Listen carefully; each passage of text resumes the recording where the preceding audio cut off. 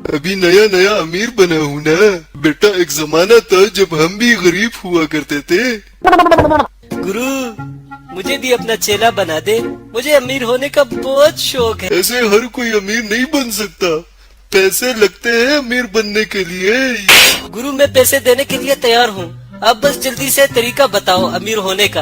आप इस तरह करें, 30 लाख रुपए ले आए, मैं डबल कर दूंगा। ठीक है साहब जी, आप इधर बैठना, मैं पैसों का बंदोबस्त करके आता हूँ। ये लो गुरु जी, पूरे 30 लाख है, गिन लो। पूरे 30 लाख ही होंगे। इस तरह करे, पूरे 3 दिन बाद आ जाए और 60 लाख रुपए ले जाना यार।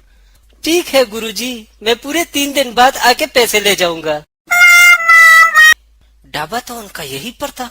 मुझे लगता है मुझे जिस बात का डर था वो ही हुआ। ये तो उल्लू बना गए वो।